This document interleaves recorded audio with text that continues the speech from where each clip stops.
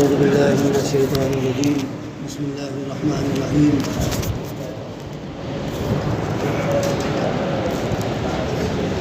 واعبدوا الله ولا تشركوا به شيئا وبالوالدين إحسانا وبذي القربى واليتامى والمساكين والجار ذي القربى والجار الجنب والصاحب بالجنب وابن السبيل وما ملكت أيمانكم إن الله لا يحب من كان مختالا فخورا الذين يبخلون ويأمرون الناس بالبخل ويكتمون ما آتاهم الله من فضله وأعتدنا للكافرين عذابا مهينا والذين ينفقون أموالهم رئاء الناس ولا يؤمنون بالله ولا باليوم الآخر ومن يكن الشيطان له قرينا فساء قرينا وماذا عليهم لو آمنوا بالله واليوم الآخر وأنفقوا مما رزقهم الله وكان الله بهم عليما صدق اللہ العظیم۔ پچھلی آیات میں اللہ تعالیٰ نے زوجین کے متعلق بیان کیا تھا کہ ان دونوں میں سرپرست کون ہوگا، ذمہ دار کون ہوگا۔ تو یہ بات واضح کر دی گئی تھی کہ مرد کو حاکم بنایا گیا ہے، وہ گھر کا ذمہ دار، گھر کا سرپرست ہوگا اور اسی کے ماتحت پورا گھر چلے گا۔ عورت، بچے اور جو بھی ماتحتوں میں ہے وہ سب اسی کی فرمانبرداری کریں گے، اسی کی اطاعت کریں گے۔ اور عورت کی یہ ذمہ داری ہوگی کہ وہ اپنے شوہر کی بات مانے اور اس کے مطابق جو وہ جائز امور میں حکم دیتا ہے اس کی وہ پیروی کرے، اس کو بجا لائے اور اپنی عزت و آبرو کی حفاظت کرے۔ یہ اس لیے مردوں کو یہ مقام دیا گیا کہ وہ اپنا مال خرچ کرتے ہیں، مہر کی صورت میں اپنا مال خرچ کرتے ہیں، نان نفقے کی صورت میں اپنا مال خرچ کرتے ہیں، رہائش وغیرہ کی صورت میں اپنا مال خرچ کرتے ہیں، اور اس کے علاوہ بھی دلجوئی کے لیے کچھ نہ کچھ کبھی کبھار خرچ کیا ہی کرتے ہیں، کبھی ہدیے کی شکل میں، کبھی تحفے کی شکل میں، کبھی کسی اور انداز کی شکل میں۔ لہٰذا مرد کو اسی وجہ سے گھر کا سرپرست اور عورت کا حاکم بنایا گیا ہے۔ اور نیک عورتیں تو وہی ہوتی ہیں جو اپنے شوہروں کی، اپنے رب کے ساتھ اپنے شوہروں کی بھی فرمانبردار ہوتی ہیں، اور شوہر کے عدم موجودگی میں جس طرح سے اللہ تعالیٰ نے ان کو اپنی عزت و عصمت کی حفاظت کا حکم دیا ہے اس طرح سے وہ حفاظت کرتی ہیں۔ پھر مردوں کو بھی اس بات کا حکم دیا گیا یا ان کو مشورہ دیا گیا کہ اگر تم کو اس بات کا اندیشہ ہے کہ تمہاری بیویاں تمہاری نافرمانی کریں گی اور تمہارے حکم سے سرتابی کریں گی تو تمہاری ذمہ داری یہ ہے کہ پہلے ان کو سمجھاؤ، ان کو نصیحت کرو، اللہ تعالیٰ کا خوف دلاؤ، آخرت کا خوف دلاؤ، اور جو بھی اس طرح کی ممکن تدبیر ہو سکتی ہے اس طریقے پر ان کو سمجھاؤ کہ یہ غلط طریقہ ہے، اس سے گھروں میں انتشار پیدا ہوتا ہے، دلوں میں دوری پیدا ہوتی ہے، گھر کا نظام بگڑتا ہے، اور پھر اللہ تعالیٰ کا پکڑ ہوتی ہے، تم حق تلفی کرو گی، تمہاری وجہ سے ہمارے ہی اندر بھی کچھ نہ کچھ کمی پیدا ہو جائے گی، تو تم بھی گناہ گار ہوگی، ہم بھی گناہ گار ہوں گے۔ اس طرح سے سمجھا بجھا کر اس کو راہ راست پر لایا جائے۔ اگر وہ مثال کے طور پر سیدھے راستے پر آ جاتی ہے اور اطاعت اور فرمانبرداری اختیار کر لیتی ہے تو ٹھیک، اور اگر وہ اسی طرح سے فرمانبرداری کے خلاف یعنی احکامات کی خلاف ورزی کرتی ہے تو پھر اس کو الگ کر دو، اس کا بستر الگ کر دو۔ یہ بھی ایک چوٹ ہے نفسیاتی کہ اس سے بھی اس کو احساس ہوگا اور شاید وہ اس طرح سے سنبھل جائے۔ اگر یہ طریقہ بھی کارگر نہ ہو تو پھر تیسرا طریقہ کہ ہلکی مار کے ذریعے سے ان کو سمجھاؤ۔ ایسی مار نہ ہونی چاہیے کہ جس سے جسم پر چوٹ کے نشان پیدا ہو جائے، خدا نخواستہ ہڈی وغیرہ ٹوٹ جائے۔ ایسی مار میں ہلکی مار ہونا چاہیے کہ جس سے ان کو تنبیہ ہو جائے اور ان کے اندر ایک ڈر پیدا ہو جائے کہ اگر ہم نے آئندہ نافرمانی کی تو اسی طرح سے پٹائی ہو جائے گی۔ پھر اللہ تعالیٰ نے فرمایا کہ اگر ان تین میں سے کسی بھی طریقے پر وہ راہ راست پر آ جاتی ہیں تو خبردار کہ اب ان کے خلاف کسی قسم کا کوئی طریقہ نہ اختیار کرنا، کوئی حربہ نہ اختیار کرنا کہ ان کو پریشان کرے، انہیں تنگ کرے یا اور ان کو ستائے، ان کی حق تلفی کرے۔ خبردار، کیونکہ اللہ تعالیٰ زبردست ہے، وہ طاقت کے اعتبار سے بھی زبردست ہے، علم کے اعتبار سے بھی زبردست ہے، اور ہر اعتبار سے وہ بہرحال بڑا ہے۔ وہ پھر تم سے انتقام لے گا اگر تمہاری طرف سے زیادتی پائی جاتی ہے۔ اور پھر پوری مسلم برادری کو اللہ تعالیٰ نے مخاطب کر کے کہا کہ اگر تم تمام مسلمانوں کو اس بات کا اندیشہ محسوس ہوتا ہے کہ زوجین کے درمیان دوریاں بڑھتی جائیں گی، ان کے اندر دراریں بڑھتی جائیں گی، اور جو تعلقات آج ہیں وہ تعلقات کمزور سے کمزور تر ہوتے چلے جائیں گے، تو ایسی صورت میں تمہاری یہ ذمہ داری ہے کہ شوہر کے خاندان سے ایک معتبر شخص کو لے لو عورت کے خاندان سے ایک معتبر شخص کو لے لو جس کی بات مانی جاتی ہو اور جس کا زوجین احترام کرتے ہوں، ادب کرتے ہوں، اور کسی بھی اعتبار سے اس کے حکم کو سراخوں پر رکھتے ہو، ایسے افراد کو لے لو، وہ دونوں حکم بن کر سمجھائیں، شوہر کو بھی سمجھائیں، اس کی طرف سے زیادتی پائی جا رہی تو اس کو سمجھائیں، بیوی کی طرف سے زیادتی پائی جا رہی ہے اس کو سمجھائیں، دونوں کو اللہ تعالیٰ کا خوف دلائے، اللہ تعالیٰ کے سامنے کھڑے ہونے کا احساس کرائے، اور دونوں سے مل جل کر رہنے کی اور ایک دوسرے کے حقوق ادا کرنے کی بات کر کے ان کو بہرحال کوشش یہ کریں کہ یہ نکاح کا مقدس رشتہ قائم رہے۔ اگر یہ دونوں یعنی یہ حکم دونوں یہ چاہتے ہوں گے کہ دونوں میں اصلاح ہو جائے تو اللہ تعالیٰ حالات کو سازگار بنا دے گا، اور انشاءاللہ دونوں میں سازگاری پیدا ہو جائے گی، دونوں کے دل پھر ایک دوسرے سے مل جائیں گے۔ اور اگر انہی کے دلوں میں کوئی کھوٹ ہوگا تو ظاہر ہے کہ پھر نہ یہ سچی بات کریں گے نہ وہ سچی بات کریں گے، وہ کہیں گے اچھا ہے معاملہ ختم ہو جائے۔ تو ایسے افراد کا انتخاب کرے جو مخلص ہو دونوں کے حق میں، اور ان کا انتخاب کر کے ان کو سمجھانے کا وہ کیا جائے، مکلف بنایا جائے۔ اور اگر سمجھانے بجھانے کے باوجود بھی معاملہ طے نہیں ہوتا ہے تو بہرحال پہ اللہ تعالیٰ مالک ہے کہ ان کے بھی راستے الگ ہو جائیں گے، ان کے بھی راستے الگ ہو جائیں گے، وہ اپنا مستقبل طے کریں یا اپنا مستقبل طے کریں، اور اللہ تعالیٰ ہر چیز سے باخبر ہے، کون کس انداز سے بات کر رہا ہے، کس کے دل میں کیا ہے،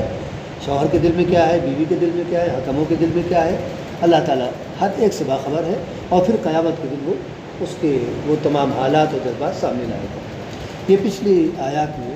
جو رمضان سے پہلے تقریباً آخری درس ہوتا ہے اس میں یہ باتیں آئی ہیں۔ اب اسی سلسلے کو آگے بڑھاتے ہوئے، حالانکہ زوجین سے متعلق نہیں ہے، وہ تو ایک مخصوص ہوتا، اب اللہ تعالیٰ معاشرتی زندگی ہماری کیا ہونی چاہیے۔ ہمارا معاملہ یہ نہیں ہے صرف کہ ہم نے نماز پڑھ لی، اللہ تعالیٰ کا حق ادا کر دیا، بس ہم نے اسلام کو پر پوری طرح سے عمل کر لیا، بلکہ ہماری زندگی کے دو حصے ہیں۔ ایک حصہ ہمارا یہ ہے کہ ہمارا تعلق اللہ تعالیٰ سے جو اصول دیے گئے ہیں ان اصولوں کی بنیاد پر ہونا چاہیے۔ ہماری زندگی کا دوسرا حصہ یہ ہے کہ ہم معاشرتی زندگی بھی گزارتے ہیں، تو معاشرے کے اندر جن افراد سے ہمارا روزمرہ کا سابقہ پڑتا ہے، ہمارے پڑوسی ہیں، ہمارے محلے والے ہیں، ہمارے رشتہ دار ہیں، اور اسی طرح سے دوسرے افراد ہیں، ان کے ساتھ ہمارا معاملہ کیا ہونا چاہیے، ان کے ساتھ ہم کس طرح کا سلوک کریں، وہ ہمارے ساتھ کس طرح کا سلوک کریں، ان چیزوں کو اللہ تعالیٰ بیان کر رہا ہے۔ کیونکہ جب تک انسان کی زندگی دونوں اعتبار سے دین کے دائرے میں نہیں آئے گی، وہ دین پر عمل کرنے والا یا واقعی مسلمان کہلانے کا مستحق نہیں ہے۔ انسان پوری زندگی نماز پڑھتا رہے، تہجد پڑھتا رہے، اور دوسری جو عبادتیں وہ کرتا رہے، تلاوت بھی خوب کر رہا ہے، لیکن اگر وہ پڑوسیوں کے ساتھ کے سلسلے میں اچھا نہیں ہے، گھر والوں کے سلسلے میں اچھا نہیں ہے، اپنے رشتہ داروں کے سلسلے میں اچھا نہیں ہے، تو اس کی زندگی کا نصف حصہ ناقص ہے، وہ دیندار نہیں کہلایا جا سکتا۔ ٹھیک ہے، اللہ تعالیٰ کے حقوق ادا کر رہا ہے، اللہ تعالیٰ اپنے حق کو تو ویسے بھی اس نے کہا ہے کہ ہم معاف کر سکتے، لیکن جہاں تک بندوں کا معاملہ ہے، ان کے حقوق کی بات ہے، اللہ تعالیٰ ہرگز معاف نہیں کرے گا۔ بندہ جب تک خود نہ معاف کرے اس وقت تک اللہ تعالیٰ بھی معاف نہیں کرے گا۔ معاملہ یہاں تک ہے کہ اللہ تعالیٰ کی عدالت سے انسان کو جنت کا پروانہ مل جائے گا۔ اللہ تعالیٰ اپنے حقوق دیکھے گا کہ بھئی ادا کیے گئے نہیں ادا کیے گئے، 5 وقت کی نماز فرض کی گئی تھی وہ پڑھی گئی کہ نہیں پڑھی گئی، رمضان کے روزے رکھے گئے یا نہیں رکھے گئے، اسی طرح سے حلال اور حرام کا اس کے سلسلے میں جو احکامات دیے گئے تھے ان کو بجا لایا گیا کہ نہیں، اور جو کچھ اس طرح سے جو براہ راست اللہ تعالیٰ سے متعلق ان تمام چیزوں کو دیکھا جائے گا۔ اگر وہ صحیح ہے تو جنت کا پروانہ دے دیا جائے گا، چلیے آپ جائیے جنت۔ انسان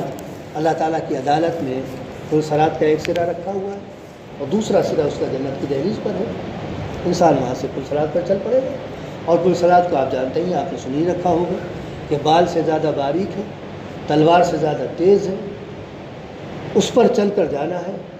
اور جنت کی دہلیز تک، جنت کے دروازے تک پہنچ رہا ہے، اور مسافت کافی ہے۔ اللہ تعالیٰ کی عدالت اس سرے پر ہے مثال کے طور پر، اور جنت کی دہلیز اس سرے پر ہے، کافی مسافت ہے دونوں کی طرف، اور اسی پر پل پر سے ہر ایک کو گزرنا ہے، وہی منکم الا واردھا، ہر ایک کو اس پل پر سے گزرنا ہے۔ چنانچہ وہ وہاں سے چلے گا، اور وہ پل رکھا ہوا جہنم کے اوپر، جب ٹھیک بیچ میں وہ پہنچ جائے گا شخص اپنے جنت کا پروانہ لیے ہوئے، وہیں پر اس کو روک دیا جائے گا۔ آپ غور کیجئے کتنا نازک مرحلہ ہے، بال سے زیادہ باریک شے ہے اس پر کھڑا ہوا انسان، تلوار سے زیادہ تیز ہے اس پر کھڑا ہوا انسان، اور اس کو بیچ جہنم یعنی جہنم کے ٹھیک بیچ میں جب پہنچ گیا اس کو روک دیا گیا۔ اب آئیے آپ بندوں کے حساب کا معاملہ یہ ہے، یہاں بندوں کا حساب ہے، کس کا کیا حق ہے، آپ نے کس کا حق مارا، کس پر ظلم کیا، کس کے ساتھ زیادتی کی، کس کے ساتھ آپ نے دھوکے بازی کی اور کس کے ساتھ فریب کیا، پڑوسی کے ساتھ آپ کا معاملہ کیا رہا، رشتہ داروں کے ساتھ معاملہ، یعنی جتنے بھی انسانی اس پر حقوق عائد ہوتے ہیں ان حقوق سے متعلق بات کی جائے گی۔ اب اس میں اگر انسان کامیاب ہو جاتا ہے تو ٹھیک، اور نہیں کامیاب ہوتا ہے تو جو نیکیاں لے کر آیا ہے ان نیکیوں کے ذریعے سے پہلے تو حساب و کتاب کیا جائے گا۔ نبی کریم صلی اللہ علیہ وسلم سے ایک مرتبہ پوچھا تھا اتدرون من المفلس، جانتے ہو کہ مفلس کون، حلاج کون؟ صحابہ کرام جیسے ہماری آپ کی سوچ ہے کہ جس کے پاس روپیہ پیسہ نہ ہو، اپنی ضرورتوں کو پورے کرنے کے وسائل نہ ہوں، وہ بیچارہ غریب ہے، حلاج ہے، یہی صحابہ کرام کے ذہن میں بھی تھا۔ انہوں نے فرمایا کہ المفلس فینا من لا درہم لہ ولا متاع، اللہ کے رسول جو ہم مفلس اس کو سمجھتے ہیں جس کے پاس درہم دینار روپیہ پیسہ وغیرہ نہ ہو، وہ مفلس ہے، خلاش ہے بیچارہ۔ تو آپ نے ہاں نہیں کہا کہ ہاں تم ٹھیک کہتے ہو، بلکہ فرمایا ان المفلس من امتی من یاتی یوم القیامۃ بصلاۃ وصیام وزکاۃ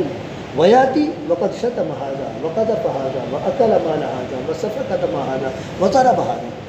میری امت کا مفلس قیامت کے دن وہ شخص ہوگا جو نمازوں کا ایک انبار اور پہاڑ لے کر آ رہا ہے، فرائض نہیں ہے، اوابین بھی ہے، تہجد بھی ہے، اشراق بھی ہے اور دیگر عنوان سے نمازیں، بہت ساری نمازیں، پہاڑ ہے نمازوں کا۔ اسی طرح سے روزوں کا بھی ایک ڈھیر ہے، صرف رمضان کے روزے نہیں ہیں، مہینے کے 3 روزے جو ایام 20 کے ہیں، 13، 14، 15، نبی کو پسند تھے یہ روزے، چاند کی تاریخ کے اعتبار سے 13، 14، 15 وہ روزے ہیں۔ پیر اور جمعرات کا روزہ نبی کو پسند تھا، اور آپ عموماً پیر اور جمعرات میں روزہ رکھا کرتے تھے، کیونکہ ان 2 دنوں میں انسان کے نام اعمال کو اللہ تعالیٰ کے حضور پیش کیا جاتا ہے۔ تو نبی کی آرزو یہ تھی کہ میرا نام اعمال جب پیش کیا جائے تو میں روزے کی حالت میں، چنانچہ آپ عموماً پیر اور جمعرات کا روزہ رکھتے تھے، عموماً، کبھی کوئی ضرورت ہوئی تو چھوڑ دیا، تو یہ روزے بھی اس نے رکھے خوب کثرت سے، اور بھی رکھ لیے مان لیجیے۔ تو اس طرح سے روزوں کا بھی ایک بڑا ذخیرہ لے کر گیا، اور صدقہ اور زکوٰۃ وغیرہ بھی، صرف سالانہ زکوٰۃ نہیں ادا کی تھی اس نے، بلکہ جو بھی ضرورت مند آیا اس کے لیے مٹھی کھل گئی، کوئی بیوہ آئی، کوئی یتیم آیا، کوئی بیمار آیا، کوئی اور اس طرح سے ضرورت مند آیا، سائل آیا، اس کی مٹھی کھلی ہے، ہر ایک کو دے رہا ہے اپنی گنجائش کے اعتبار۔ تو اس طرح سے صدقات اور زکوٰۃ کا بھی ایک ڈھیر لے کر آئے، لیکن حضرت تشریف لائے ہیں اس اعتبار سے کہ کسی کو تھپڑ مارا تھا، کسی کو گالی دے دی تھی، برا بھلا کہہ دیا تھا، غیبت وغیرہ کر لی تھی، کسی کا مال کھا لیا تھا، کسی کا خون بہا دیا تھا، اور کسی پر الزام و تہمت وغیرہ لگا دی تھی، اس انداز سے آئے۔ یہ جرائم ان کے دیندارانہ زندگی ہے، نمازیں بھی ہیں، روزے بھی ہیں، اور زکوٰۃ و صدقات وغیرہ بھی، لیکن معاشرتی زندگی کے یہ جرائم بھی ساتھ ہیں۔ فَيُعْطَىٰ هَٰذَا مِنْ حَسَنَاتِهِ وَهَٰذَا مِنْ حَسَنَاتِهِ، ان کو یہ نیکی دے دی جائے گی، ان کو وہ نیکی دے دی جائے گی، کسی کے حصے میں نمازیں چلی جائیں گی، کسی کے حصے میں روزے چلے جائیں گے، کسی کے حصے میں زکوٰۃ چلی جائے گی، کسی کے حصے میں تلاوت چلی جائے گی، اس طرح سے نیکیوں کے ذریعے سے صاحبان حقوق کے حقوق ادا کیے جائیں گے۔ اب اگر معاملہ ختم ہو گیا، ہر ایک کا حق ادا ہو گیا، کوئی دعوے دار نہیں کہ میرا بھی حق باقی ہے، اور ان کے پاس اتنا ذخیرہ نیکیوں کا بھی موجود ہے کہ یہ جنت میں جا سکے تو جنت میں چلے جائیں گے، اور اگر ان کے پاس ذخیرہ نیکیوں کا ختم ہو گیا تو جہنم میں گرا دیا جائے گا۔ اور اگر ایسا ہے کہ نیکیاں تو ختم ہو گئی لیکن ابھی صاحبان حقوق پڑے، میرے ساتھ بھی زیادتی کی تھی، میرا بھی مکان ہڑپ کر لیا تھا، میری زمین پر قبضہ کر لیا تھا، میری دکان چھین لی تھی، اس طرح کے بھی اگر افراد باقی ہیں تو ان اب نیکی بچی نہیں تو ان کے گناہ اس کے سر ڈال دیے جائیں اور اٹھا کے جہنم میں پھینک دیا جائے۔ تو یہ نہ سوچیں کہ ہم نے نمازیں پڑھ لی، روزے رکھے تو بس ہم بہت دیندار، بڑے متقی، بڑے پرہیزگار۔ ہم اپنی معاشرتی زندگی کی بھی اصلاح کریں۔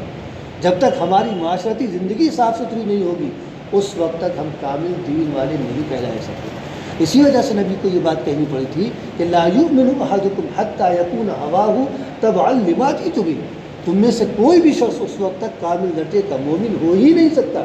جب تک اس کی تمام خواہشات، جذبات، ارادے، فکر و نظر ہماری الہی شریعت کے تابع نہ بن جائے۔ تو جب تک ہم مکمل طور پر اپنے آپ کو شریعت کے سانچے میں ڈھال نہیں لیں گے اور شریعت کی مرضی کے مطابق ہم اپنی زندگی نہیں گزاریں گے، اس وقت تک ہم کامل ایمان والے اور مکمل دین والے نہیں کہلائے جا سکتے۔ چنانچہ بہرحال ہماری زندگی کا ایک بڑا حصہ معاشرتی زندگی سے متعلق ہے۔ اللہ تعالیٰ نے اس کو سنوارنے کے لیے یہ آیات نازل کی کہ اس میں جو تم کو حکم دیا جا رہا ہے تمہارا اس کے مطابق کردار ہونا چاہیے۔ فرمایا کہ وَاعْبُدُوا اللَّهَ، اللہ تعالیٰ کی عبادت کرو۔ سب سے پہلی چیز اللہ تعالیٰ کا حق ادا کرو۔ عبادت اطاعت کہ اللہ تعالیٰ کا حق ہے، یہ ہمارے اوپر اللہ تعالیٰ کا گویا فرض ہے، اللہ تعالیٰ کا قرض ہے کہ ہم اس کی اطاعت کریں، اس کی عبادت کریں، اس کے سامنے ہمارا سر جھکے، ہمارا دل و دماغ جھکے، اور اس کے احکامات کے لیے ہم اپنے آپ کو ہر وقت آمادہ رکھیں، تیار رکھیں۔ یہ اللہ تعالیٰ کا حق ہے ہمارا۔ تو اس اعتبار سے وعبد اللہ، اللہ تعالیٰ کی اطاعت اور فرمانبرداری اختیار کریں۔ ولا تشرکوا بہ شیئا، اور خبردار اس کی توحید کو شرک سے آلودہ نہ کرنا، اس کے ساتھ کسی بھی چیز کو شریک نہ کرنا، نہ ذات میں اس کو شریک کرنا کسی چیز کو، اور نہ صفات میں اس کو شریک کرنا۔ وہ اکیلا ہے اپنی ذات کے اعتبار سے، بس اسی اعتبار سے تم کو ماننا ہے کہ اس کا کوئی خاندان نہیں ہے، اس کا کوئی باپ دادا اور پردادا اور لگردادا نہیں ہے، وہ اکیلا ہے اور مستقبل میں بھی اکیلا رہنے والا ہے۔ یہ بھی نہیں کہ آگے چل کے کوئی اس کی اولاد ہوگی، کوئی اس کی نسل ہوگی۔ اس اعتبار سے اللہ تعالیٰ کو مانا جائے۔ اس کی جو صفات ہیں، پیدا کرنے کی صفت ہے، موت و زندگی کا اختیار اس کے پاس، رزق دینے کا اختیار اس کے پاس، اور اسی طرح سے صحت اور یہ بے شمار اس کی صفات ہیں۔ ان تمام صفات میں کسی بھی اعتبار سے کسی کو شریک نہ کیا جائے، کسی بھی اللہ کے نیک بندے کو، ولی کو، فرشتے کو، جن کو، زندہ انسانوں میں، مردہ انسانوں میں، کسی کو بھی شریک نہیں کیا جائے۔ اس طور پر اس کی صفات نہ جزوی طور پر شریک کیا جائے، نہ کلی طور پر شریک کیا جائے کہ ہاں بھائی فلاں اللہ تعالیٰ کے اندر تو ٹھیک ہے یہ صفت ہے، فلاں کے اندر بھی یہ صفت پائی جاتی ہے، فلاں بھی ہم کو روزی دے سکتا ہے، فلاں بھی ہم کو اولاد دے سکتا ہے۔ اللہ تعالیٰ ہی خالی نہیں دیتا، وہ ٹھیک وہ دینے والا ہے، لیکن فلاں کے اندر بھی ہے، وہ بھی ہے کہ اس سے اولاد نہیں جاتی۔ یہ شرک ہے۔ لہٰذا لا تشرکوا بہ شیئا، خبردار کہ شرک اس کے ساتھ خبر، کیونکہ شرک کا معاملہ یہ کہ دو ٹوک انداز میں اللہ تعالیٰ کہہ چکا ہے ان اللہ لا یغفر ان یشرک بہ ویغفر ما دون ذلک لمن یشاء۔ اللہ تعالیٰ نے طے کر لیا ہے کہ جس قدر بھی انسان کے گناہ ہوں گے ان سب کو وہ معاف کر سکتا ہے، لیکن اگر کسی نے شرک کیا ہے تو اس کو ہرگز معاف نہیں کیا جائے۔ شرک نہیں معاف کیا ہے، شرک کی ہر حال میں سزا دی جائے گی، الا کہ انسان مرنے سے پہلے اپنے شرک سے توبہ کر لے اور موحد بن کر دنیا سے جائے تو پھر انشاءاللہ کوئی سزا نہیں، اگر سچے دل سے توبہ کی۔ لہٰذا لا تشرکوا بہ شیئا، اور نبی یہ بات فرمائی کہ اگر کسی نے شرک کیا ہے تو جنت اس پر حرام ہو گئی اور جہنم میں ہو جائے گا، اور اگر کوئی توحید کے ساتھ جا رہا ہے تو جہنم اس پر حرام ہے اور جنت کا وہ حقدار ہے۔ اللہ تعالیٰ فرماتا ہے کہ وَاعْبُدُوا اللَّهَ وَلَا تُشْرِكُوا بِهِ شَيْئًا، اللہ تعالیٰ کی عبادت، اللہ تعالیٰ کی اطاعت کرو اور خبردار کہ اس کے ساتھ کسی چیز کو شریک نہ ٹھہرانا۔ وَبِالْوَالِدَيْنِ إِحْسَانًا، اور دیکھو تمہیں یہ نصیحت کی جاتی ہے کہ والدین کے ساتھ تمہارا برتاؤ اچھا ہونا چاہیے، والدین کے ساتھ تمہارا سلوک اچھا ہونا چاہیے۔ ابھی جیسا کہ ہم نے کہا کہ اللہ تعالیٰ معاشرتی زندگی سے متعلق احکامات یہاں پر ہم کو دے رہا ہے کہ ہم اپنے معاشرے میں لوگوں کے ساتھ ہمارا کیسا رویہ ہونا چاہیے، تو اس کے متعلق بات کی جانی چاہیے۔ یہ اللہ تعالیٰ نے پہلے اپنی ذات کو کیوں بیان کر دیا یہاں پر، وَاعْبُدُوا اللَّهَ وَلَا تُشْرِكُوا بِهِ شَيْئًا، یہ اللہ تعالیٰ کی اطاعت، اللہ تعالیٰ کا حق کیوں بیان کیا گیا ہے؟ اصل تو معاشرت بیان کرنا تھا۔ دراصل معاملہ یہ ہے، ایک تو یہ بات کہ جس دل میں اللہ تعالیٰ کا استحضار ہوگا، اللہ تعالیٰ کے حقوق ادا کرنے کا جذبہ جس دل کے اندر ہوگا، اور جو شخص اللہ تعالیٰ کے حقوق ادا کرے گا ایمانداری کے ساتھ، یقینی طور پر وہ بندوں کے حقوق بھی ادا کرے گا، اگر واقعی اللہ تعالیٰ کا استحضار اس کے دل میں ہے۔ اور جو اللہ تعالیٰ کے حق کو نہیں ادا کر سکتا ہے اور اللہ تعالیٰ کی قدر نہیں کر سکا، وہ بندوں کی قدر کیا کرے گا؟ پہلی سانس سے لے کر آخری سانس تک انسان پر اللہ تعالیٰ کے احسانات اور اس کی نعمتیں ہیں۔ کون سی ایسی سانس ہے جو نعمت کے ساتھ نہیں ہے؟ ہماری سانس اندر گئی، یہ بڑی اللہ تعالیٰ کی نعمت ہے، ہماری سانس باہر نکل آئی، یہ بھی اللہ تعالیٰ کی نعمت ہے۔ آپ غور کیجیے، ہر سانس، ہر لمحہ اللہ تعالیٰ کے احسان، اللہ تعالیٰ کی نعمت ہمارے ساتھ۔ تو اگر اللہ تعالیٰ کی بے شمار نعمتوں کا، جن کو ہم گنتی میں لا ہی نہیں سکتے، ہماری پوری زندگی احسانات اللہ تعالیٰ کے اور اس کی نعمتوں میں ڈوبی پڑی ہے، ہم کہیں سے بھی مفرد نہیں، تو جو اللہ تعالیٰ کے احسانات کو ادا کرنے کی کوشش کرے گا، یقینی طور پر وہ بندوں کے احسانات کا بھی احساس رکھے گا، کیونکہ بندوں کے احسانات کتنے ہوں گے، 2 ہوں گے، 4 ہوں گے، 10 ہوں گے، 20 ہوں گے، 100 ہوں گے، اللہ تعالیٰ کو تو معلوم ہی نہیں کتنے ہیں۔ ان تعدوا نعمت اللہ لا تحصوها، اس لیے اللہ تعالیٰ نے پہلے اپنا ذکر کر دیا کہ جس دل میں ہمارا ڈر ہوگا، تقویٰ ہوگا، ہمارے احسانات کو ادا کرنے کا جذبہ ہوگا، وہ یقیناً ہمارے بندوں کے بھی احسانات کو سمجھے گا اور ادا کرنے کی کوشش کرے گا۔ ایک بات یہ، دوسری بات یہ کہ اللہ تعالیٰ نے اپنا ذکر پہلے کر کے ایک تو برکت، دوسری بات یہ کہ انسان کے دل کو بیدار کیا ہے کہ دیکھو جس طرح سے اللہ تعالیٰ کے حقوق تم ادا کر رہے ہو، بیدار رہو کہ بندوں کے حقوق بھی تم کو ادا کرنا ہے، اس میں کہیں کوتاہی نہ ہونے پائے۔ یہ نہ سوچنا کہ اللہ تعالیٰ کے حقوق ادا کر لیں کیونکہ اگر اس نے پکڑ کر لی تو جہنم میں ڈال دے گا، باقی تو ہماری اپنی زندگی ہم جیسے چاہے گزار۔ خبردار، اللہ تعالیٰ کے سامنے جب تم کھڑے کیے جاؤ گے تو اللہ تعالیٰ صرف اپنے حقوق کی بات نہیں کرے گا، بندوں کے حقوق کی بات کرے گا۔ اس لیے اللہ تعالیٰ نے احساس دلانے کے لیے اور ہمیں اور آپ کو بیدار کرنے کے لیے پہلے اپنا تذکرہ کیا، برکت کے اعتبار سے بھی اور اس اعتبار سے بھی کہ ہم کو احساس ہو بندوں کے حقوق کا۔ اب بندوں کے اندر مختلف قسم کے لوگ ہیں، ان میں سب سے زیادہ احسان کس کا ہے؟ ظاہر ہے، ظاہر کے اعتبار سے سب سے زیادہ احسان والدین ہی کا ہوتا ہے، وہ انسان کے وجود کا ذریعہ بنتے ہیں، اور جب انسان وجود میں آتا ہے تو ماں کا کلیجہ ہی ہوتا ہے کہ وہ اپنے کلیجے سے اپنے بچے کو لگاتی ہے، اس کو دودھ پلاتی ہے، پیشاب خانہ اس کا صاف کرتی ہے، راتوں کی نیند کو چھوڑ دیتی ہے، دن کے آرام کو چھوڑ دیتی ہے، کھانے پینے میں فرق ہو جاتا ہے، بچے کو نقصان ہو جائے گا یہ چیز نہ کھاؤ، بچے کو نقصان ہو جائے گا وہ چیز نہ کھاؤ، اور اس طرح سے رہو، اس طرح کس طرح سے اپنی زندگی کو وہ تبدیل کر دیتی ہے صرف اپنے ایک بچے کے لیے۔ باپ گاڑی کمائی محنت صبح سے شام تک کرتا ہے، خون پسینہ بہاتا ہے، اپنی گاڑی کمائی لے کر آتا ہے، اپنے بچے پر خرچ کرتا ہے، کون سی لالچ ہے؟ ابھی اس کو اس بچے سے کیا مل رہا ہے؟ ابھی تو سارا کا سارا اس کو خرچ کرنا پڑ رہا ہے، کھلانے پلانے کے اعتبار سے، کپڑے کے اعتبار سے، خدا نہ خواستہ بیمار ہو گیا بچہ کو لے کے بھاگا جا رہا ہے، فلاں ڈاکٹر کو دکھاتے، فلاں ڈاکٹر کو دکھاتے، بچے کو ہمارے آرام ہونا چاہیے، وہ بھی رات میں بیچارہ فکر مند ہے، وہ بھی پریشان ہے کہ ہمارے بچے کو یہ تکلیف کیسے دور کی جائے، کس ڈاکٹر کو دکھائے، کیا اس کا احسان نہیں ہے؟ لہٰذا سب سے زیادہ دنیا میں ظاہر کے اعتبار سے اللہ تعالیٰ کے بعد اگر کسی کا احسان ہے انسان پر تو اللہ تعالیٰ کا احسان۔ اسی لیے اللہ تعالیٰ نے کئی جگہوں پر اس طرف اشارہ کیا، یعنی انسان کو سمجھایا وَوَصَّيْنَا الْإِنسَانَ بِوَالِدَيْهِ إِحْسَانًا، ہم نے انسان کو تاکید کر دی ہے کہ اپنے والدین کے ساتھ اچھا سلوک کرنا۔ 15ویں پارے میں اللہ تعالیٰ نے اپنے ساتھ والدین کو ملا کر بیان کیا، وَقَضَىٰ رَبُّكَ أَلَّا تَعْبُدُوا إِلَّا إِيَّاهُ وَبِالْوَالِدَيْنِ إِحْسَانًا۔ اے نبی، آپ کے پروردگار نے دو اہم فیصلے کیے۔ ایک فیصلہ تو یہ کیا ہے کہ تمہاری عبادت صرف اللہ تعالیٰ کے لیے ہونی چاہیے، اس کے علاوہ کسی کی عبادت نہیں ہوگی، ایک فیصلہ۔ دوسرا فیصلہ یہ ہے وَبِالْوَالِدَيْنِ إِحْسَانًا، اپنے والدین کے ساتھ تمہارا سلوک برتاؤ اچھا ہونا چاہیے۔ اما یبلغن، وہاں پہ کوئی تفصیل بھی بیان کر دی، اما یبلغن عندک الکبر احدهما او کلاهما فلا تقل لهما اف ولا تنهرهما وقل لهما قولا کریما۔ اگر تمہاری زندگی میں تمہارے والدین دونوں یا کوئی ایک بڑھاپے کی حالت کو پہنچ جائے تو یہ نہ سمجھنا کہ آج اب ہم جوان ہیں، ہمارے پاس طاقت ہے، اور والدین بوڑھے ہو گئے، کمزور ہو گئے، اب کیا کریں گے؟ جوان تھے تو ہمیں دو چار ہاتھ بھی مار دیے، اب کہاں ہاتھ مار پائیں گے؟ اب تو ہم ہاتھ پکڑ لیں گے اگر مارنے چاہیں گے کیونکہ ہمارے پاس طاقت ہے۔ خبردار، فلا تقل لهما اف، ان کی کمزوری کا فائدہ مت اٹھانے کی کوشش کرنا کہ اب ان سے تو تڑا سے بات کرنے لگو، بدتمیزی کے ساتھ بد کلامی کے ساتھ بات کرنے لگو۔ کوئی ایسی بات تمہاری زبان پر یا تمہارے عمل میں کوئی ایسا عمل نہ ظاہر ہو جس سے انہیں ادنا سے بھی تکلیف پہنچے۔ لا تقل لهما اف، یہ نہیں کہ اف آپ کو تو پریشان کر رکھا ہے، یہ لفظ اف کی پہلی بات نہیں، کوئی ایسی حرکت تمہاری طرف سے نہ پائی جائے کہ جس سے ان کے دل کو احساس ہو جائے اچھا ہاں ہم کمزور ہو گئے، اب ہمارا بیٹا جوان ہو گیا، احساس نہ ہو۔ لا تقل لهما ولا تنهرهما، اور خبردار کہ ان کو جھڑک کر بات نہ کرنا، ادب سے اور شائستگی سے بات کرنا ہمیشہ۔ وہ تمہارے ماں باپ ہیں، وہ تمہارے نوکر اور تمہارے خادم نہیں ہیں، لہٰذا اس ادب کو ملحوظ رکھنا کہ وہ تمہارے ماں باپ ہیں، تمہارے وجود کا ذریعہ ہے، اور تم کو بچپن میں انہوں نے جس طرح سے پرورش کی ہے وہ ہی نہیں کر سکتا تھا، ان کا ہی جگر تھا کہ انہوں نے تم کو پالا پوسا بڑا کیا، لہٰذا شائستہ انداز میں ان سے گفتگو کرنا پڑے، نرم لہجے میں ان سے بات کرنا۔ لا تنہرهما وقل لهما قولا کریما، نرم لہجے میں بہت ادب کے ساتھ ان سے بات کرنا، اور وقل رب ارحمهما كما ربياني صغيرا، ان کے لیے دعا کرتے ہیں، بلکہ واخفض لهما جناح الذل من الرحمة،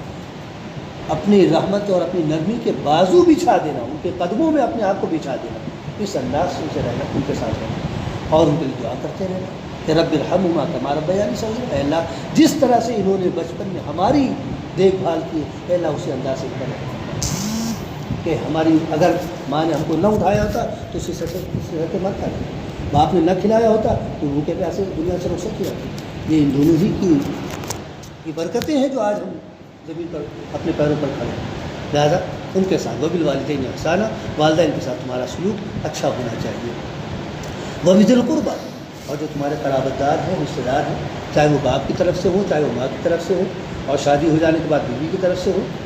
یا اور اپنے بچوں کی شادی کرنے کے بعد جو بچوں کے سسرال والے جو بھی بہرحال رشتہ داری میں آتے ہیں، ان سب کے ساتھ بھی تمہارا سلوک اچھا ہونا چاہیے۔ قرابت داروں کے ساتھ اس میں صرف یہ نہیں کہ ان کے ساتھ ہمارا برتاؤ اچھا ہونا چاہیے، ان کے ساتھ جو بالخصوص والدین کے جو قرابت دار اور رشتہ دار ہیں، ان کے ساتھ اچھا سلوک کرنا والدین کو خوش کرنے کا ایک طریقہ بھی ہے، کیونکہ ان کو احساس ہوگا کہ بھئی ہمارا فلاں دوست تھا یا ہماری فلاں سہیلی تھی، اس کے ساتھ ہمارے بیٹے نے یا ہماری بیٹی نے اچھا رویہ اختیار کیا، ان کو خوشی ہوگی زندگی میں، ان کو خوشی ہوگی، اور ان کے بعد بھی اگر ان کے ساتھ رویہ اچھا رکھا جاتا ہے تو بھی ان کے حقوق کو ادا کیے جا رہے ہیں۔ ایک صحابی آئے اور انہوں نے نبی سے پوچھا کہ اللہ کے رسول یہ بتائیے کہ والدین جب تک دنیا میں ہیں ہم ان کے ساتھ اچھا سلوک کر رہے ہیں، جو ہم سے بن پڑتا ہے ہم کرتے ہیں، لیکن جب وہ دنیا سے چلے گئے تو کیا اس کے بعد بھی ہم ان کے ساتھ کوئی سلوک کر سکتے ہیں؟ تو آپ نے فرمایا ہاں، ان کے ساتھ ان کی موت کے بعد بھی تم سلوک کر سکتے ہو۔ الاستغفار لہم، سب سے پہلے تو یہ کہ ان کی استغفار کرتے رہو کہ ان کے گناہ اللہ تعالیٰ جو بھی لغزشیں، بہرحال انسان تو تھے ہی، ایسا نہیں کہ وہ فرشتے تھے، تو جو بھی لغزشیں ہوئی ان سے اللہ تعالیٰ ان کو معاف کرتا ہے، اور ان کے لیے اللہ تعالیٰ سے بلندی درجات کی دعا کرتے رہو، اور اسی طرح سے انہوں نے جو وعدے کیے ہیں ان وعدوں کو پورا کریں، اور جو رشتے صرف انہی سے وابستہ ہیں، چاہے وہ ماں کی طرف سے خالہ ماموں نانی وغیرہ، یا باپ کی طرف سے چچا اور پھوپھی وغیرہ، ان رشتوں کے ساتھ اچھا سلوک کرنا، یہ والدین کے ساتھ گویا ان کی موت کے بعد اچھا سلوک کرنے کے مرادف ہے۔ تو یہ وہ بھی ذی القربیٰ کہ قرابت داروں کے ساتھ تمہارا رویہ اچھا ہونا چاہیے۔ ایک موقع پر نبی کریم صلی اللہ علیہ وسلم نے فرمایا تھا کہ جو شخص یہ چاہتا ہے کہ اس کی عمر میں برکت ہو اور اس کے رزق میں کشادگی ہو، وہ صلہ رحمی کیا کرے، یعنی جو رشتے ہیں ان کو تراوٹ پہنچائے، ان کے ساتھ اچھا سلوک کرے، اللہ تعالیٰ اس کے عمر میں برکت دے گا اور اس کے رزق میں کشادگی پیدا کرے گا۔ اسی طرح سے اور بھی احادیث ملتی ہیں۔ والیتامى، اور دیکھو یتیموں کے ساتھ بھی، چونکہ معاشرتی زندگی کے مسائل بیان کیے جا رہے ہیں، لہٰذا اور ہر معاشرے میں، ہر محلے میں، ہر بستی میں کوئی نہ کوئی یتیم بچہ ضرور ہوتا ہے، کہ اللہ تعالیٰ کا بہرحال ایک اپنا نظام ہے۔ تو والیتامى، یتیموں کے ساتھ تمہارا برتاؤ اچھا ہے، کیونکہ یتیم کو خاص طور پر اس لیے ذکر کیا گیا، یوں کہا جاتا ہے والاطفال، بچوں کے ساتھ اچھا سلوک، کیونکہ یتیم کو ہر ایک دھتکارتا ہے، اس کا کوئی سرپرست ہوتا نہیں، اس کی طرف سے کوئی کھڑا ہونے والا ہوتا نہیں، بھائی آپ نے ہمارے بچے کو کیوں مارا، باپ ہوتا تو پوچھ لیتا، باپ ہے نہیں، ماں بیچاری کہاں سڑک پر آئے گی پوچھنے کے لیے، اور اس کو اتنی فرصت ہے کہ وہ کسی یتیم کے حق میں کھڑا ہو جائے۔ اس لیے پوری مسلم برادری کو اس کا ذمہ دار بنایا کہ یتیموں کے ساتھ تمہارا سلوک اچھا ہونا چاہیے، ان کے ساتھ ظالمانہ رویہ نہ ہو کہ ان کا کوئی پوچھنے والا نہیں، ان سے سارا کام لو، گھر کی ساری خدمت ان سے لے لو، اور سارا کام بازار کا ہو، گھر کا ہو، یہ وہ، اور کھانے کے لیے بس اتنا دے دو کہ یہ زندہ رہ جائے۔ رسول اللہ صلی اللہ علیہ وسلم نے ارشاد فرمایا کہ مسلم گھرانوں میں بہترین گھرانہ وہ ہے جہاں کسی یتیم کے ساتھ اچھا برتاؤ کیا جا رہا ہے، اور مسلم گھرانوں میں بدترین قسم کا گھرانہ وہ ہے جہاں کسی یتیم کے ساتھ زیادتی کی جا رہی ہے۔ اور اسی طرح سے آپ نے فرمایا انا وکافل الیتیم ھکذا، میں اور یتیم کی کفالت کرنے والا قیامت کے دن اس طرح سے، یعنی قریب قریب، کوئی دوری نہیں ہوگی، یتیم کی کفالت کرنے والا، یتیم کی ضرورتوں کو پورا کرنے والا، کہ کوئی اس کا پرسان حال نہیں ہوتا، اگر کوئی اس کی سرپرستی کرتا ہے اور اس کی ضرورتوں کو پورا کرتا ہے تو قیامت کے دن وہ میرے قریب رکھا جائے گا، اس کو جگہ میرے قریب کی طرح۔ اور بھی اسی طرح سے بہت سارے احادیث اس سلسلے میں ملتی ہیں۔ تو بہرحال یتیموں کے ساتھ تمہارا سلوک اچھا ہو۔ والمساکین، اور جو بیچارے مسکین ہیں کہ کوشش تو کر رہے ہیں اپنی ضرورتوں کو پورا کرنے کے لیے، ہاتھ پیر مارتے ہیں، لیکن اتنا نہیں حاصل ہو پاتا ہے کہ وہ اپنی ضرورتوں کو پورا کر سکیں، بہت کوشش کی لیکن نہیں ہو پا رہا ہے، اپنے بچے ہیں، خود ہیں، بیوی ہے، اور بھی کچھ متعلق ہو سکتے ہیں، ان سب کے لیے وہ جو بیچارہ دن بھر میں کما کر لاتا ہے پورا نہیں ہو پاتا، تو ان کو بھی نگاہ میں رکھو، ان کے ساتھ بھی تمہارا سلوک اچھا ہو کہ ان کی ضرورتوں کی اپنی گنجائش کے اعتبار سے کفالت کرنے کی کوشش کرو۔ والجار ذی القربیٰ، اور ہاں دیکھو پڑوسی بھی تو تمہارے ہیں، کسی محلے میں تم اکیلے تو نہیں ہو، تمہارے پڑوس میں بھی لوگ رہتے ہیں، تو پڑوسی کے ساتھ بھی تمہارا برتاؤ اچھا ہے۔ والجار ذی القربیٰ، بالخصوص وہ پڑوسی جو تمہارے رشتہ دار ہیں، کسی بھی اعتبار سے رشتے سے آ رہا ہے، باپ کی طرف سے رشتہ آ رہا ہے، ماں کی طرف سے رشتہ آ رہا ہے، بیوی کی طرف سے رشتہ آ رہا ہے، بچوں کی شادیاں کی مسارت ان کی ہوئی، یعنی سسرالی رشتے سے کوئی رشتہ بن رہا ہے، تو بہرحال جو بھی تمہارا پڑوسی ایسا ہے کہ جو رشتہ دار ہے اس کے ساتھ تمہارا سلوک اچھا ہونا چاہیے۔ پڑوسی ہمارے 3 طرح کے ہوتے ہیں، یہ 3 حقوق والے ہوتے ہیں۔ ایک پڑوسی وہ ہے کہ جس کے 3 حقوق ہیں، یعنی وہ مسلمان ہے، ہمارا رشتہ دار ہے اور پڑوسی ہے، تو پڑوس کا بھی اس کو فائدہ پہنچنا چاہیے، مسلمان ہونے کا بھی اس کو فائدہ ہماری طرف سے پہنچنا چاہیے، اور جو ہمارا اس کے درمیان رشتہ ہے اس رشتے کا بھی اس کو فائدہ پہنچنا چاہیے۔ 3 حقوق اس کے۔ اور ایک پڑوسی وہ ہے جو رشتہ دار نہیں مسلمان ہے، اس کے 2 ہیں، مسلمان ہونے کا حق اس کو، یعنی اس کا فائدہ پہنچنا چاہیے، اور ہمارے پڑوس کا اس کو فائدہ پہنچنا چاہیے۔ اور ایک وہ ہے کہ مسلمان نہیں ہے، غیر مسلم ہے، تو اس کو بہرحال ہمارے پڑوس کا فائدہ پہنچنا چاہیے، ایک حق اس کا۔ تو اس طرح سے پڑوسیوں کی، یہ نہیں کہ وہ غیر مسلم ہے اس کے ساتھ ہم کیا سلوک کریں، اسلام اخلاق سے ہی تو پھیلا ہے، ہم اس کے ساتھ اچھا سلوک کریں گے، ہو سکتا ہے اللہ تعالیٰ اس کے دل میں کچھ نرمی پیدا کرے، وہ اسلام کے بارے میں غور و فکر کرے۔ ہمارا ظاہر تو ایسا نہیں ہے کہ ہم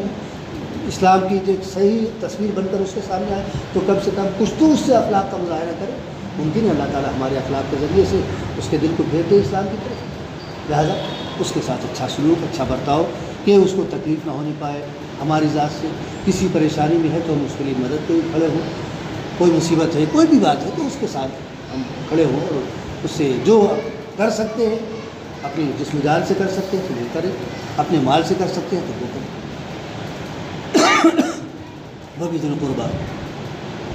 وَالْيَتَامَىٰ۔ اچھا، اس سلسلے میں یہ بھی ایک نبی نے فرمایا کہ وہ شخص جو شکم سیر ہو کے کھا لے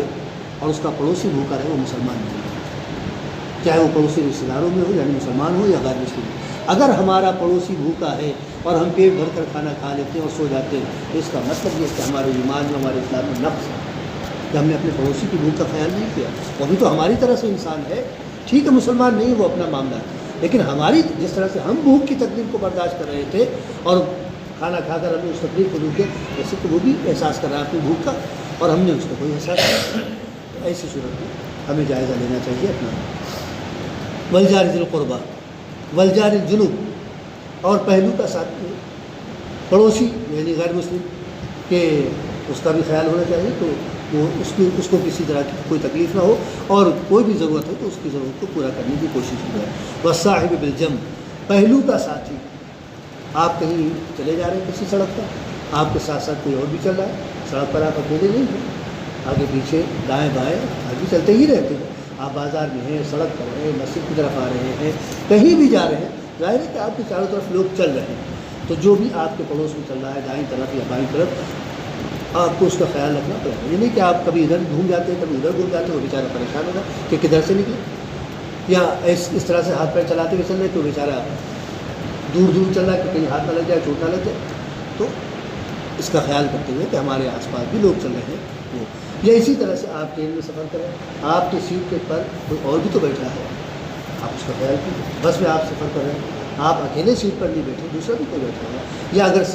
سنگل سیٹ ہے تو اس کے پڑوس میں جو سیٹ ہے وہاں تو کوئی بیٹھا ہوا ہے، تو اس طرح سے اوپر ہوائی جہاز ہے، ٹرین ہے، بس ہے، کار ہے، جو بھی اس طرح کی جگہ ہے، بازار میں آپ گئے، کسی دکان پر آپ گئے، کوئی اور آ گیا لینے کے لیے کچھ سودا وغیرہ، وہ بھی آپ کے پاس پڑا ہوا، تو اس طرح کے جتنے بھی پڑوسی ہیں ان کو بھی، وہ بھی اس بات کے حقدار ہیں آپ کے لیے، آپ کے سلسلے میں کہ آپ ان کے ساتھ کوئی ایسا رویہ اختیار کریں جس سے ان کو اتنی سی بھی اذیت پہنچے، نہ زبان کے اعتبار سے اور نہ ہاتھ پیروں کے اعتبار سے، لہذا ان کا خیال کیا جائے۔ وابن السبیل، اور اسی طرح سے مسافر پردیسی، اپنے گھر میں لقتی ہوگا لیکن پردیس میں آیا بیچارہ ضرورت مند ہو گیا تو آپ اس کی ضرورت کو پورا کیجیے، وہ بھوکا ہے اس کو کھانا کھلائیے، کپڑے کی ضرورت ہے کپڑا دیجیے اس کو، بیمار ہے اور اس کے پاس علاج کے لیے پیسے نہیں، آپ اس کی دوا علاج کا انتظام کیجیے، اور کوئی بھی ضرورت کسی بھی اعتبار سے، تو بہرحال ٹھیک ہے اپنے گھر کا وہ لکھپتی کروڑپتی ہوگا لیکن یہاں پر تو بیچارے کے ہاتھ میں کچھ نہیں ہے، یہاں پر تو وہ ضرورت مند بن گیا، لہٰذا وابن السبیل جو مسافر ہے، پردیسی ہے، راہگیر ہے، اس کا بھی آپ خیال کیجیے، اور اس کے ساتھ جیسے اس کی ضرورت ہو آپ جو بھی تعاون کر سکتے ہو اس کا تعاون کریں، یہ معاشرتی ذمہ داری ہے آپ کی۔ وما ملکت ایمانکم، اور اسی طرح سے وہ لوگ جو تمہارے ماتحت ہیں، نوکر چاکر، زر خرید ہے، تو خیر وہ زمانہ نہیں، لیکن اس زمانے کی بات جس میں یہ سب چلتا تھا. زر خرید ہے تو ان کے ساتھ ویسے ہی معاملہ ہونا چاہیے، جیسے تم کھاؤ ویسے ہی ان کو کھلاؤ. جس معیار کا کپڑا تم پہنو اسی معیار کا کپڑا ان کو پہناؤ. ان میں اور اپنے میں کوئی فرق نہ رکھو کہ ہاں یہ تو ہمارے غلام ہیں، ان کو اچھے سے اچھا کیوں کھلائے، ان کو اچھے سے اچھا کپڑا دے دیں. نہیں، وہ بھی انسان ہے، وہ بھی آدم کی اولاد ہے، وہ بھی انسانی بنیاد پر وہ ہمارے بھائی ہیں. ٹھیک ہے بھائی، ان کا مرتبہ کم ہو گیا تو ہمارے غلام بنا دیے گئے یا بن گئے کسی بھی وجہ سے. تو اب اس کا یہ مطلب نہیں کہ ہم ان کے ساتھ حقارت کا معاملہ کریں، ان کے ساتھ تفریح کا معاملہ کریں. یا آج کل کے زمانے میں گھروں میں جو خواتین کام کرتی ہیں آتی ہیں چلی جاتی ہیں، یا اور خدمتگار ہیں آتے ہیں کام کرتے ہیں چلے جاتے ہیں، ان کے ساتھ بھی برتاؤ اچھا ہونا چاہیے، نرم رویہ ہونا چاہیے. کوئی مطلب سختی کی بات نہ ہو، ڈانٹ ڈپٹ کی بات نہ ہو، بلا وجہ ان کے ساتھ کوئی بدتمیزی کی بات نہ ہو. نرم رویے کے ساتھ اور جو ان سے معاہدہ ہوا ہے اس معاہدے کی تکمیل کے ساتھ، بھئی ہم آپ کو 1000 روپے دیں گے، آپ کو 1500 دیں گے، یا جو بھی بالغ ہے وہ مشاہرہ، اس اعتبار سے ان کی ادائیگی کی جائے. اور جتنا کام بتایا جائے اس سے زیادہ کام نہ لیا جائے، اور بلکہ اگر ممکن ہو تو کام میں کچھ مدد بھی کر دی جائے. اور اگر کچھ اضافی کام لیا جائے تو پھر انسانی بنیاد پر، اخلاقی بنیاد پر ان کو اضافی یعنی کچھ اضافہ کر دیا جائے، ان کو بڑھا کے دے دیا جائے تاکہ وہ خوش بھی ہو جائے. ان اللہ لا يحب من كان مختالا فخورا. بلا شبہ اللہ تعالیٰ کسی ایسے شخص کو پسند نہیں کرتا ہے جو اپنے تکبر میں بالکل ڈوبا بڑا ہے اور اپنی بڑائی جتا رہا ہے لوگوں پر کہ میں ہوں، میرے پاس یہ ہے، میرے پاس وہ ہے، یعنی اپنی بڑائی جتلا رہا ہے لوگوں پر اور اپنے آپ کو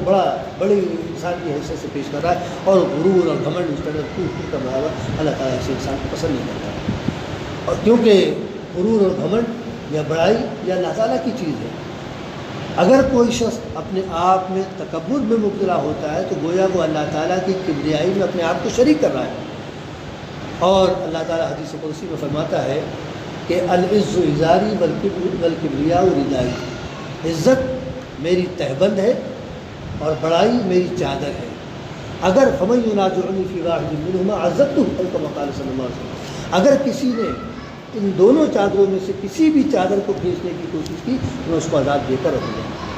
لہٰذا کبریائی اور تکبر اور غرور اور اپنے کردار میں بالکل ڈوبے رہنا یہ اللہ تعالیٰ کو قطعی طور پر پسند ہے. یہ معاشرتی زندگی سے متعلق اللہ تعالیٰ نے اصول گویا بیان کیے ہیں. ان اصولوں کے ساتھ زندگی ہر مسلمان کو گزارنی چاہیے تاکہ کل جب اللہ تعالیٰ کا سامنا ہو، اللہ تعالیٰ کے پاس پہنچے تو کسی قسم کی کوئی شرمندگی نہ ہو اور عافیت کے ساتھ